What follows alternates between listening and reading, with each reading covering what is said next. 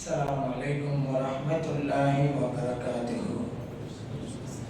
الحمد لله رب العالمين والصلاة والسلام على سيدنا محمد وعلى آله وصحبه أجمعين وما توفيقي إلا بالله لا حول ولا قوة إلا بالله العلي العظيم سبحانك لا علم لنا إلا ما علمتنا إنك أنت العليم الحكيم. கண்ணியத்திற்குரிய பெரியோர்களே, அன்பார்ந்த சகோதரர்களே, இன்றைக்கு இஸ்ரேலுக்கும் ஈரானுக்கும் மத்தியிலே நடைபெற்றிருக்கக்கூடிய யுத்தம் உலக அளவிலே கவனத்தை ஈர்த்து கொண்டிருக்கிறது. இந்த மிகப்பெரிய யுத்தத்தை இஸ்ரேல் தான் அநியாயமாக துவக்கி வைத்தது. அதனுடைய பலனை இப்போது அனுபவித்துக் கொண்டிருக்கிறது. இந்த யகூதிகள் என்றைக்குமே முஸ்லிம்களுக்கு விரோதிகளாகத்தான் இருப்பார்கள். ஆகவேதான் இறைவன் கூட இந்த இஸ்ரவேலர்களுக்கு யகூதிகளுக்கு இறைவன் இழிவை அமைத்து கொடுத்து விட்டான். அவர்களுக்கென்று ஒரு தனி குடியிருப்பை கூட இறைவன் கொடுக்கவில்லை என்று குர்ஆனிலே சொல்லி காட்டுகிறான். அந்த யகூதிகளுக்கு காலமெல்லாம் இழிவு இருந்து கொண்டே இருக்கும். அவர்களுக்கென்று தனி ஒரு நாடு குடியிருப்பு இருக்காது என்று சொல்லியிருக்கிறான். இன்றைக்கும் நடைமுறை அப்படித்தான். அவர்கள் நாடோடிகளாகத்தான் இருந்து கொண்டிருந்தார்கள் அந்த யகூதிகள். இடையே இப்போது இருக்கிற இஸ்ரேல் அவர்களுக்காக உண்டாக்கி கொடுக்கப்பட்ட நாடுதானே தவிர அது பலஸ்தீன் மக்களுக்கு உண்டான இடம். அது இவர்களுக்காக உண்டாக்கி கொடுக்கப்பட்டது. அவர்களுக்கு தனி நாடு இல்லை என்பதுதான் யதார்த்தமான உண்மை என்பதையும் நாம் அறிந்து கொள்ள வேண்டும். ஏன் இப்படி ஒரு தண்டனையை அவர்களுக்கு இறைவன் கொடுத்தான்? அல்லாஹ் குர்ஆனிலே காரணத்தை சொல்லி காட்டுகிறான். யக்துலூன நபியீன பிகைர ஹக், அநியாயமாக நபிமார்களை கொன்றவர்கள் இந்த யகூதிகள் தான் என்று குர்ஆனிலே சொல்லி காட்டுகிறான். ஜக்கரியா அலைஹிஸ்ஸலாம் அவர்களை கொன்றது யார்? இந்த யகூதிகள் தான். யஹ்யா அலைஹிஸ்ஸலாம் அவர்களை கொன்றது யார்? இந்த யகூதிகள் தான். அதே போல ஈசா அலைஹிஸ்ஸலாம் அவர்களை கொல்வதற்கு முனைந்தவர்கள் இவர்கள் தான். கொண்டு விட்டோம் என்று இவர்கள் சொல்லிக் கொண்டிருக்கிறார்கள். ஆனால் இவர்கள் கொல்லவில்லை. இறைவன் அங்கே வேறு ஒரு நபரை மாற்றமாக நியமித்து விட்டான். இவர்கள் வேறு ஒரு நபரைத்தான் கொண்டார்கள். அல்லாஹ் தஆலா ஈசா அலைஹிஸ்ஸலாம் அவர்களை தன் பக்கம் ஏற்றுக் கொண்டு விட்டான். குர்ஆனிலே இறைவன் சொல்லும் பொழுது வமா கதலூஹு யகீனன், அந்த யகூதியர் ஈசா அலைஹிஸ்ஸலாம் அவர்களை கொல்லவில்லை, உறுதியாக கொல்லவே இல்லை. பல் ரஃபஅஹுல்லாஹ் இலை, அல்லாஹ் ஈசா அலைஹிஸ்ஸலாம் அவர்களை தன் பக்கம் ஏற்றிக் கொண்டு விட்டான். அதான் உண்மை. இப்படி காலம் காலமாக நபிமார்களுக்கு மிகப்பெரிய இடையூறாக இருந்தவர்கள் எல்லாம் இந்த யகூதிகள் தான். ஆகவே தான் இறைவன் இவர்களுக்கென்று தனி ஒரு சாபத்தையே இட்டு விட்டான் குர்ஆனிலே. அதையும் கூட இறைவன் சொல்லி காட்டுகிறான். அந்த யகூதிகளுக்கும் நமக்கும் மத்தியிலே என்ன வித்தியாசம்?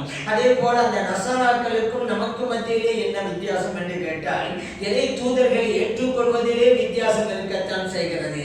அந்த யகூதிகளும் நசாராக்களும் இறை தூதர்களை ஏற்றுக்கொள்வதிலே அவர்கள் வித்தியாசம் காட்டுவார்கள், வேறுபாட்டை காட்டுவார்கள். ஆனால் முஸ்லிம்கள் அப்படி இல்லை. அல்லாஹ் குர்ஆனிலே அந்த யகூதிகளையும் நசாராக்களையும் கூறுகின்ற போது யுரீதுன அன் யுஃபர்ரிகு பைனல்லாஹி வ ரசூலிஹி, அந்த யகூதிகளும் நசாராக்களும் அல்லாஹ்வுக்கும் அல்லாஹ்வுடைய ரசூல்களுக்கும் மத்தியிலே பிரிவினையை ஏற்படுத்த முனைகிறார்கள் என்று குர்ஆனிலே அல்லாஹ் தஆலா சொல்லி காட்டிவிட்டான். எப்படி அவர்கள் பிரிவினை ஏற்படுத்துகிறார்கள் என்று கேட்டால், இந்த யகூதிகள் இருக்கிறாங்கல்ல, அவங்க ஈசா அலைஹிஸ்ஸலாம் அவர்களை ஏற்றுக்கொள்ள மாட்டாங்க. அதே போல முஹம்மது நபி ஸல்லல்லாஹு அலைஹி வஸல்லம் அவர்களை ஏற்றுக்கொள்ள மாட்டாங்க. ஆனா மூசா அலைஹிஸ்ஸலாத்தை ஏற்றுக்கொள்வாங்க. இந்த நசாராக்கள் இருக்கிறாங்கல்ல, இவங்க மூசா அலைஹிஸ்ஸலாத்தையும் ஏற்றுக்கொள்வாங்க, ஈசா அலைஹிஸ்ஸலாத்தையும் ஏற்றுக்கொள்வாங்க. ஆனா நமது நாயகம் ஸல்லல்லாஹு அலைஹி வஸல்லம் அவர்களை ஏற்றுக்கொள்ள மாட்டாங்க. இப்படி இறை தூதர்களுக்கு மத்தியிலே வேறுபாட்டை காட்டக்கூடியவர்கள் தான் இந்த யகூதிகளும் நசாராக்களும். ஆனால் முஸ்லிம்கள் அப்படி இல்லை. இறை தூதர்கள் அத்தனை பேரையும் ஏற்றுக்கொள்வார்கள். லா நுஃபர்ரிகு பைன அஹதின் மின் ருசுலிஹி, அல்லாஹ் சொல்லி காட்டுறான். நாம் கூறுவதாக மூமின்கள் எப்படி தெரியுமா சொல்லுவாங்க? இறை தூதர்களில் எவரையும் நாங்கள் வேறுபடுத்தி காட்ட மாட்டோம், எல்லோரையும் ஏற்றுக்கொள்வோம். மூசா அலைஹிஸ்ஸலாம் அவர்களை ஏற்றுக்கொள்கிறோம் இறை தூதராக. அதே போல ஈசா அலைஹிஸ்ஸலாம் அவர்களையும் ஏற்றுக்கொள்கிறோம் இறை தூதராக. முஹம்மது ஸல்லல்லாஹு அலைஹி வஸல்லம் அவர்களை நமது இறை தூதராக ஏற்றுக்கொண்டிருக்கிறோம். இவர்கள் தான் மூமின்கள். இந்த யகூதிகள் மிக கொடூரமானவர்கள், அநீதி இழைக்கக்கூடியவர்கள், அதே போல குழப்பத்தை தோற்றுவிக்கக்கூடியவர்கள். குறிப்பாக முஸ்லிம்களுக்கு எதிராக நிற்பார்கள். ஆகவேதானே ஒவ்வொரு தொழுகையிலும் அந்த யகூதிகளுக்கு எதிராக நசராக்களுக்கு எதிராக துஆ செய்கின்ற ஒரு சூழ்நிலையை அல்லாஹ் தஆலா நமக்கு ஆக்கியிருக்கிறான். அந்த அவர்களுடைய கெடுதியில் இருந்து பாதுகாப்பு பெற வேண்டும் என்கின்ற ஒரு பிரார்த்தனையையே இறைவன் குர்ஆனிலே அமைத்து வைத்திருக்கிறான். அந்த பிரார்த்தனையை ஒவ்வொரு தொழுகையிலும் நாம் சொல்லிக் கொண்டுதான் இருக்கிறோம். அந்த பிரார்த்தனைகள் உள்ள வசனங்களை ஒவ்வொரு தொழுகையிலும் நாம் ஓதிக்கொண்டுதான் இருக்கிறோம். நாம் சூரத்து பார்த்து ஓதுறோம்ல, இஹ்தினஸ் ஸிராத்தல் முஸ்தகீம், யா அல்லாஹ் எங்களுக்கு நேரிய வழியை காட்டுவாயாக. அந்த நேரிய வழி எதுங்க?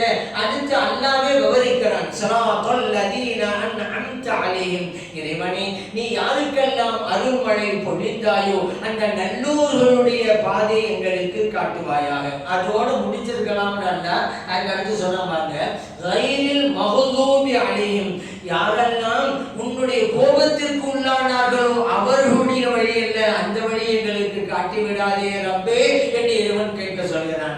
வலல்லாலின், யாரெல்லாம் வழி தவறி சென்றார்களோ அத்தேவர்களுடைய வழியையும் ரப்பே எங்களுக்கு காட்டிடாத அப்படின்னு இறைவன் நம்மை கேட்க சொல்கிறான். குர்ஆன்ல சொல்ல பாத்தியாவோட இருக்குது. இந்த இறைவனுடைய கோபத்தை பெற்றவர்கள் யார், வலித்தவர்கள் யார்? இந்த ரெண்டே தான் அல்லாஹ் சொல்லி காட்டான்.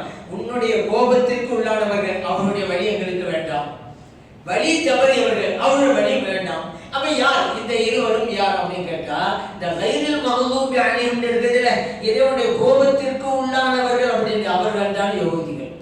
வலல்லாலின், வழி தவறியவருடைய அந்த பாதைகளுக்கு வேண்டாம் என்று இறைவன் கேட்க சொன்னால, அந்த வழி தவறியவர்கள் அப்படிங்கிறது அவர்கள் தான் நசாராக்கள். இதையே நம்ம சொல்றோம். அல்லாஹ் குர்ஆனிலே இந்த யகூதிகளை பற்றி சொல்லும் பொழுது வபாவு பிகலபின் மினல்லாஹ், அல்லாஹ்வுடைய கோபத்திற்கு உள்ளானவர்கள் தான் இந்த யகூதிகள் என்று அல்லாஹ் குர்ஆன் சொல்லிட்டான்.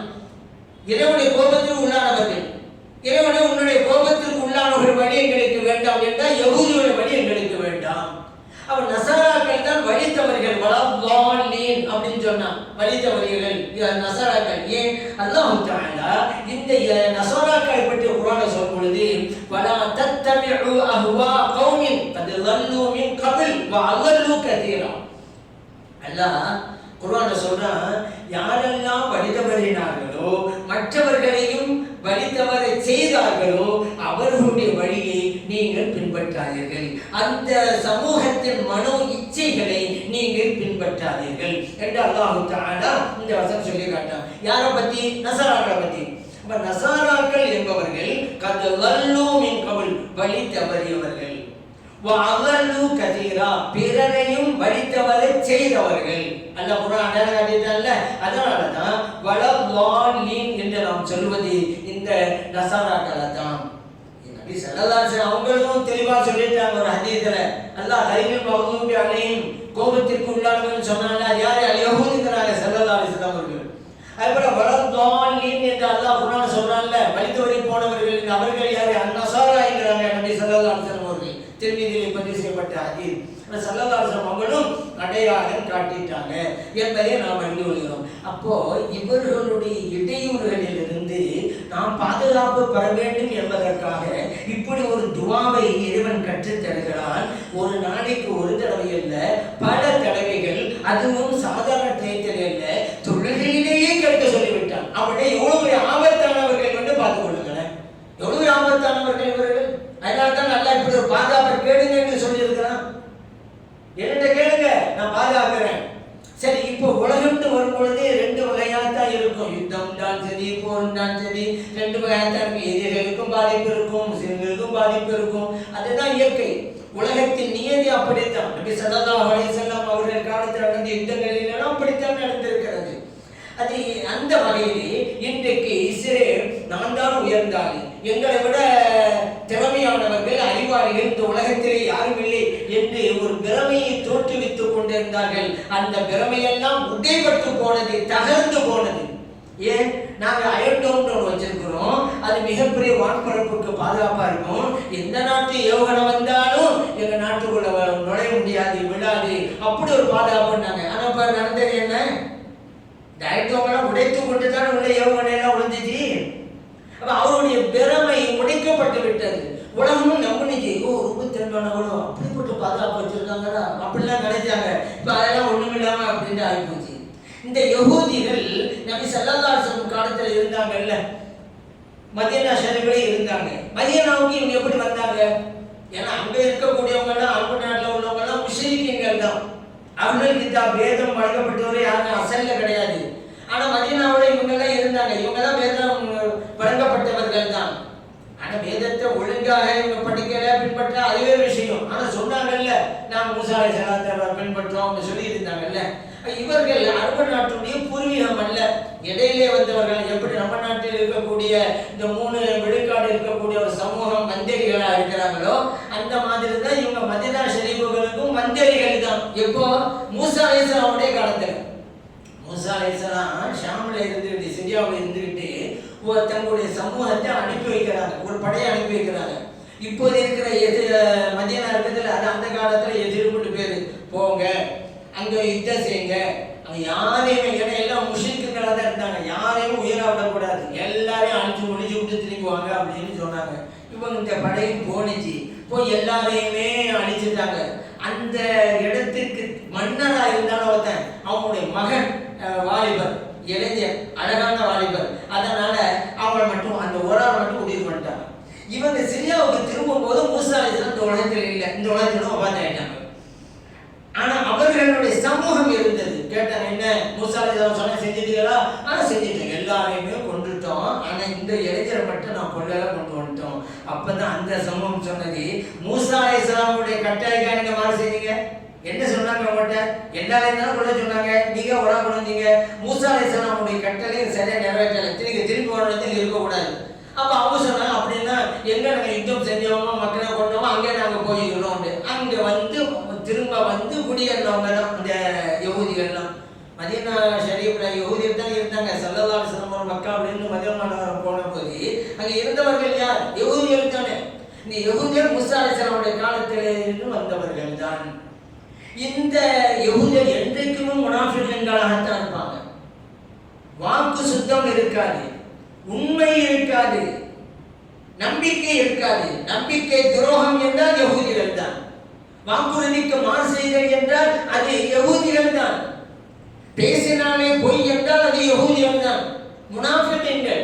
அதனாலதான் நபி ஸல்லல்லாஹு அலைஹி வஸல்லம் கூட சொன்னாங்கல்ல, முனாஃபிகுடைய அடையாளம் என்ன? இதா ஹத்தத கதப, பேசினால் பொய் பேசுவான். வைதா வஅத அஹலஃப, வாக்குறுதி கொடுத்தால் மாறு செய்வான். வைதா துமின ஹான, அமானிதம் ஒப்படைக்கப்பட்டால் துரோகம் செய்வான், மோசடி செய்வான். இதுதான் முனாஃபிக் அடையாளம். அப்படியே இருக்கும் யகூதிகள். ஏன்னா முனாஃபிக்கள் ஸல்லல்லாஹு அலைஹி வஸல்லம் காலத்துல முனாஃபிக்குங்க இருந்தாங்கன்னு படிக்கிறோம்ல, குர்ஆன் அல்ல குர்ஆன் சொல்றாங்கல்ல, அந்த முனாஃபிக்கள் யாருங்க? யகூதிகள் தானே. முஷ்ரிக்குங்க நேரடியா எதிர்த்து இருந்தாங்க, நாம ஒப்புக்கொள்ள மாட்டோம் அப்படி எதிரி வந்து நேரடியா இருந்தாங்க. முனாஃபிக் ஸல்லல்லாஹு அவங்களை பார்த்து உங்களை ஒப்புக்கொண்டோம், திரும்பி போய் அவங்க சமூகத்தை பார்த்து நாங்க என்ன பண்ணிட்டு இருக்கோம், நாங்க உங்களோட தான் இருக்கிறோம். இப்படி முனாஃபிக்தனம் செய்தவர்கள் யகூதிகள் தானே. இந்த யகூதிகள் தான் 2 பிரிவா இருந்தாங்க, பனு நவீர், பனு குறைலா. இந்த இருவருமே நபி ஸல்லல்லாஹு அலைஹி வஸல்லம் அவர்களோடு சில ஒப்பந்தங்கள் செய்தெல்லாம் செய்தவர்கள் தான் இந்த யகூதிகள். இது எப்படிப்பட்டவங்க தெரியுமா? நபி ஸல்லல்லாஹு அலைஹி வஸல்லம் அவர்களுக்கு சிஹ்ர் செஞ்சது யாரு? யகூதிகள் ஒருத்தனானங்க. நபி ஸல்லல்லாஹு அலைஹி வஸல்லம் அவர்களை கொண்டு விட வேண்டும், சூனியம் வைத்து கொண்டு விட வேண்டும். லபீத் குனல் ஆஸம் என்பவன் தான், எந்த யூதன் தான் சிஹர் செய்தான். புகாரிலே பதிவு செய்யப்பட்ட ஹதீஸ். அதே போல நபி ஸல்லல்லாஹு அலைஹி வஸல்லம் அவர்கள் கைபர் யுத்தத்துக்கு போயிருந்தாங்கல்ல, அவர்களுக்கு மாமிச கறி, அதாவது ஆட்டுக்கறி வழங்கப்படுகிறது, விஷம் தோய்க்கப்பட்ட ஆட்டுக்கறி. நபி ஸல்லல்லாஹு சாப்பிட்டுட்டாங்க. பிறகு அவர்களுக்கு இறைவன் மூலம் செய்து வருகிறது, இது விஷம் தோய்ந்தது அப்படின்னு சொல்லி உடனே நிறுத்திக்கிட்டாங்க.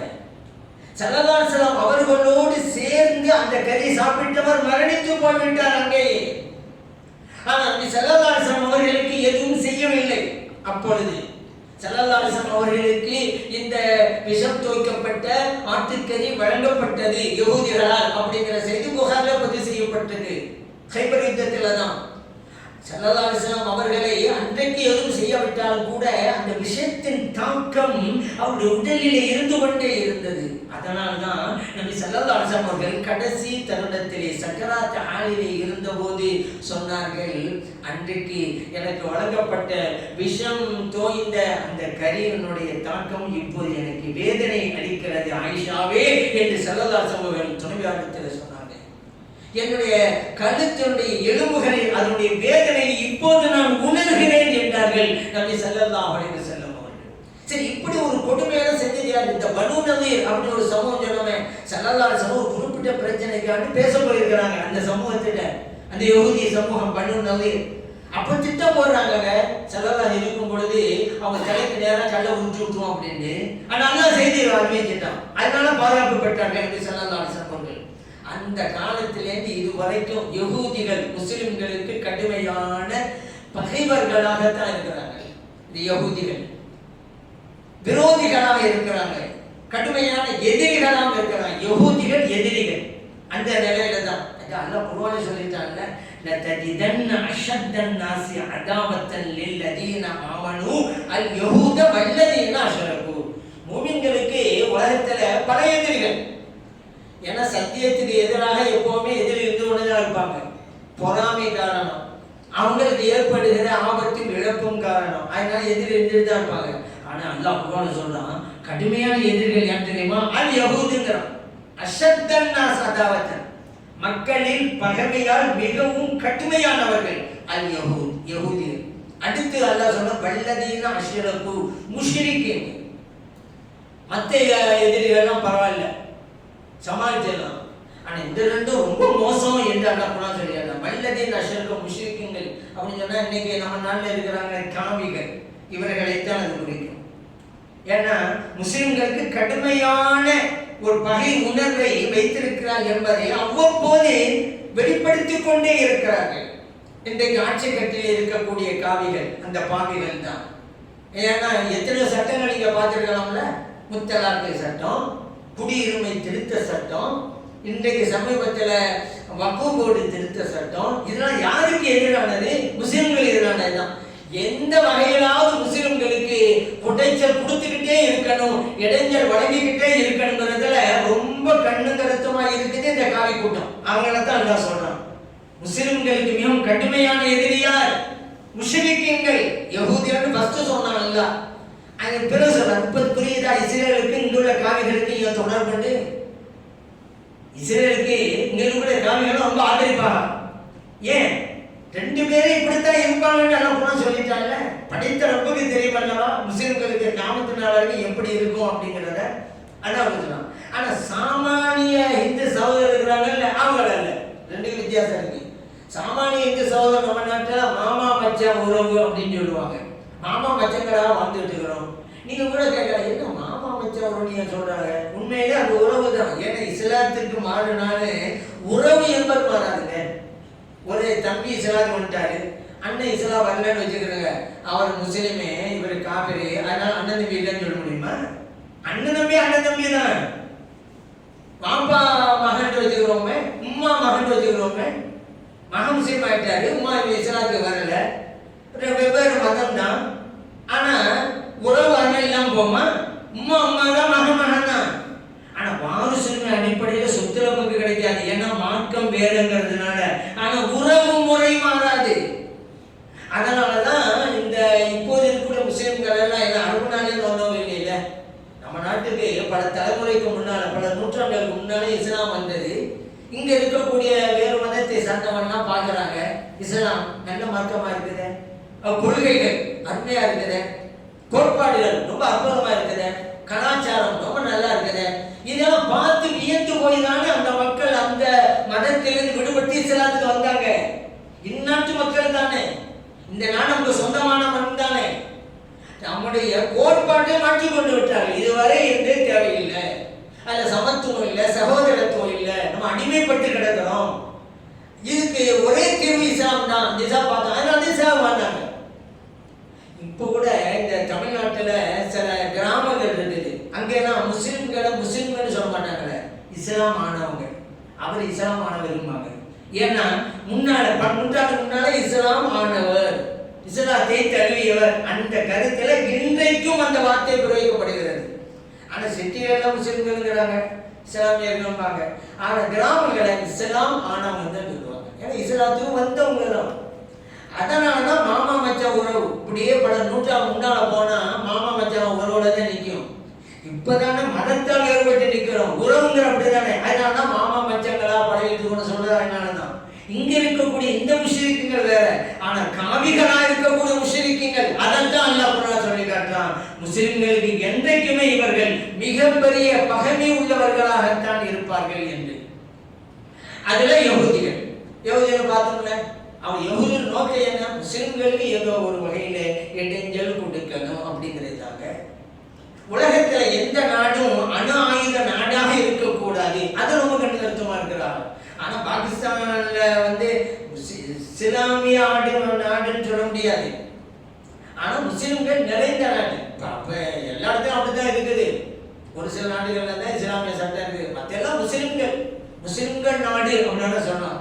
இந்த முஸ்லிம்கள் நாடுகள்ல எந்த ஒரு நாட்டுக்கு அநாயுதம் இருக்கக்கூடாதுன்றத கவனமா இருக்குது. ஆனா தப்பித்தவரை பாகிஸ்தான்ல மட்டும் இருக்குன்னு வச்சுக்கிறோங்க. ஆனா ஈரான்லயே அநாயுதம் வந்துதான் பயணி செய்யுது. அதுக்காகத்தாங்க இப்ப ஈரான்ல அநாயுதம் இல்லைங்கிற சூழ்நிலை வந்துட்டா அதுக்கு அடுத்து அவங்க கவனம் எங்க தெரியுமா போகும்? பாகிஸ்தான் அநாயுதம் இருக்கக்கூடாது என்பதற்காக ஒரு பிரச்சனை துவக்குவாங்க, இல்லாமக்குவாங்க. என் உலகத்துல எந்த முஸ்லிம் நாடுகளுக்கும் அநாயுதம் இருக்கக்கூடாது, அந்த திட்டத்திலே தான் காய் நகர்த்துகிறது அந்த இஸ்ரேல். மிக கொடுமையானவர்கள். எல்லா இடத்துலையும் இவங்க ஃபசாது தான், குழப்பம் தான். அதற்காக யுத்தம் செய்வாங்க, போரும் செய்வாங்க. இத குர்ஆன்ல அல்லாஹ் அன்றைக்கு சொல்லி காட்டினா, குல்லமா அவ்கது நாரன் லில் ஹர்பி அத்ஃபா அல்லாஹ். இந்த யஹூதிகள் யுத்த நெருப்பை மூட்டும் போதெல்லாம் அல்லாஹ் அதை அணைத்து விடுகிறான். இப்ப கூட தொடங்குறாங்கல்ல, இப்ப நேர் எதிர்மனை தான் நடந்துகிட்டு இருக்கு.